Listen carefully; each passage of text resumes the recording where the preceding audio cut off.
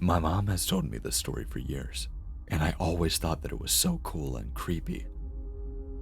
This happened 2 days before Ted Bundy was finally caught. For background on Ted Bundy, if you need it, he was a serial killer who brutally murdered many, many women, always young and pretty, which is exactly what my mother was.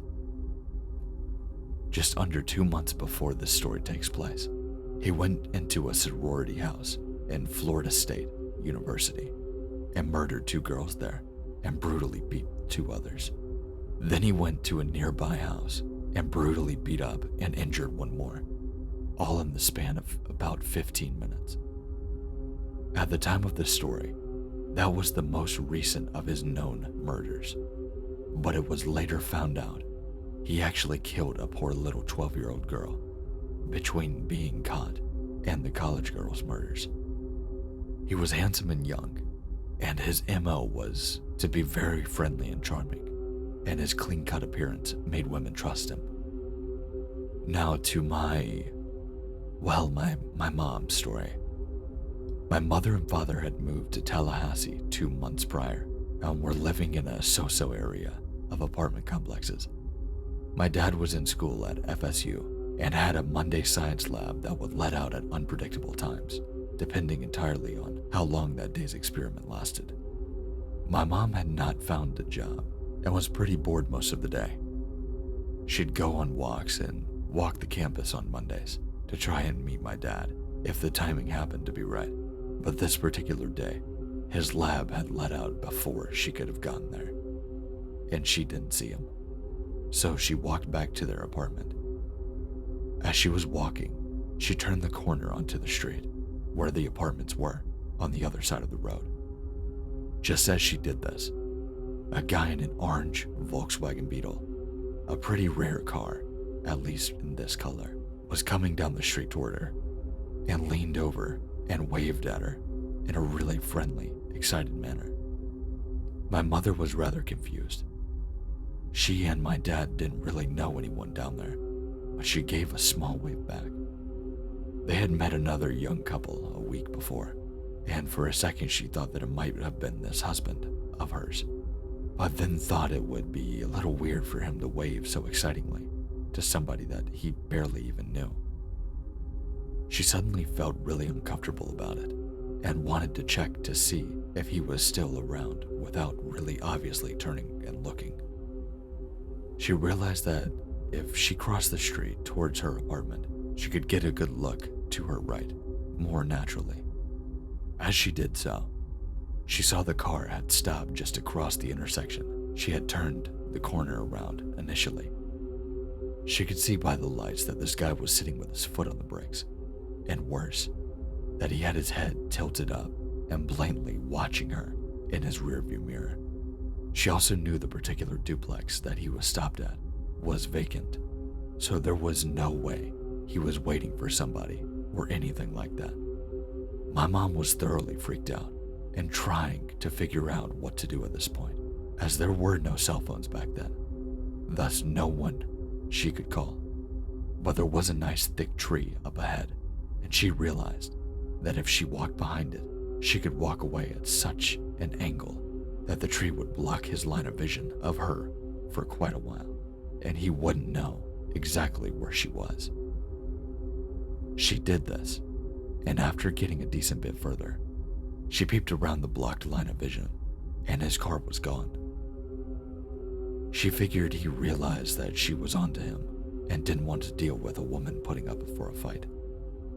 As I said at the beginning of this post, Ted Bundy was caught 2 days later in an orange Beetle that was stolen 2 blocks from my parents' house.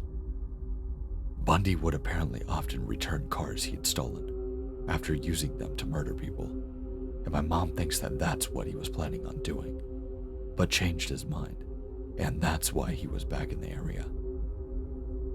So yeah, thankfully my mother was smart and not killed by Ted Bundy, and thus I exist.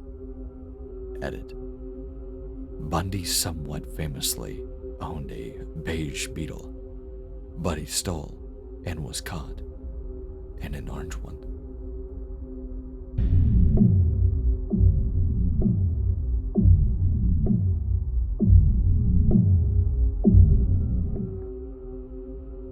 first was acquainted with Robert because my grandmother lived in an apartment on 9th and Ingra in Anchorage, Alaska. This was in the late 70s. I would go to see my grandma quite often since I only lived a few blocks away. She was always happy for company because she had a hard time getting around and wasn't in the best of health. A lot of times my brother would come with me and our other cousin just to visit her. My grandmother, with all of us kids, would be so happy to see us that she would often give us money to go next door to the donut shop and get a dozen donuts while she made the strongest coffee in the world that you could stand a spoon in. After knowing Robert for a spell, he got to asking how Grandma was. You know, the chit-chat things. He would say that he just got some dinner rolls out of the oven and that they were still warm and proceed to wrap them up and to tell Grandma that he said hi. I thought he was one of the nicest people to ask about my grandma, and since he knew most of my family that went up to his shop, that he did those things because we were just such good customers for him, and he was our good neighbor too. I knew he kind of liked me, well, more than liked me, but figured he was harmless and just this nerdy guy who had an eye for the ladies. He really had an acne problem, but to be fair, I did too since I also did work in a donut shop. Standing over a vat of hot grease frying donuts doesn't exactly help the complexion. I worked for the Donut Tree on Northern Light Boulevard. I was 17 and was already on my own.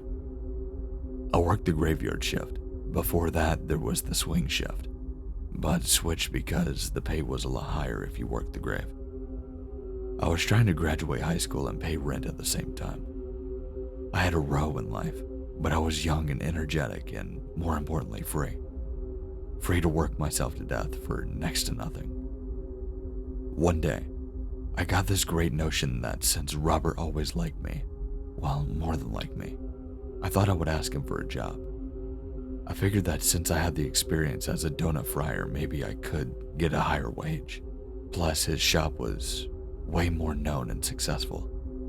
It's odd, but afterwards I noticed that he had an all-male staff.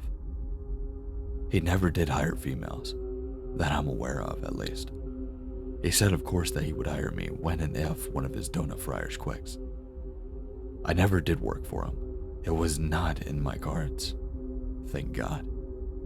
In the mid-80s, it came out that he was honestly an actual serial killer.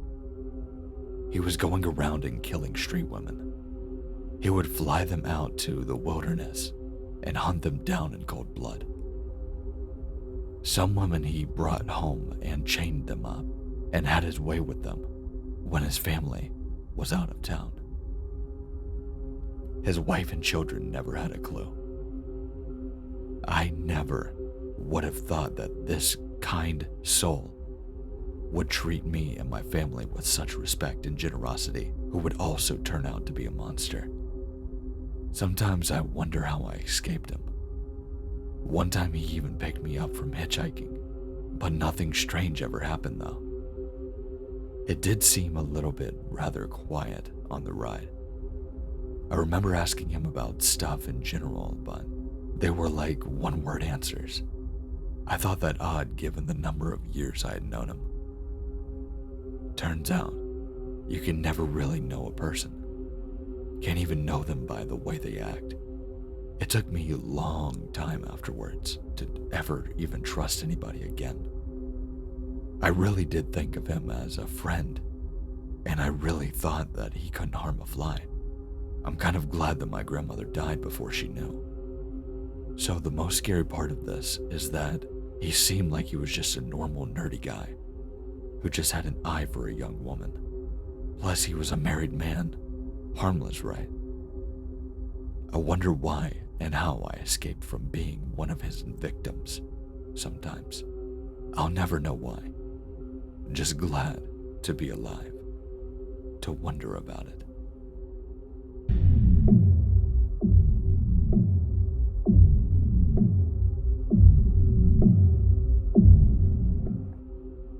Before I begin this story, I'm letting you know that there is no way to prove it is real. It was told to me by a good friend's father, who is a very honest good man and has had no reason to embellish any story, and he has also never lied to anyone, or possibly is a masterful actor. He's the kind guy who doesn't make stuff up, ever, which makes this tale even more convincing. My friend's dad was a young man in the 1970s, and he lived in the suburbs of a major American city. He wasn't older than 18 or 19. The economy back then wasn't great, and so guys especially as young as him would really take any job. After lots of searching, he finally found work for a contractor, mainly carpentry stuff and whatnot. His boss was a nice, friendly enough guy, but something about him was just a little off-putting. He had a nervous way about him, and yet was somehow inviting. One day my friend's dad needs to talk to him. The business is pretty informal and local, not very big deal. And so my friend's dad goes to his boss's house. He knocks on the door. No answer. For whatever reason, he finds the door is unlocked and decides to walk in. His boss is nowhere to be seen. He calls out his name a few times and hears shuffling in the basement. He hears the shuffling from the basement steps as his boss comes hurtling up them, flinging the door open, looking sweaty and angry. His boss apologizes for the entrance, and they talk business for a while before my friend's dad leaves. He was really weirded out by the situation and never showed up to work again, although he probably wouldn't be around today if he had. His boss was none other than John Wayne Gacy.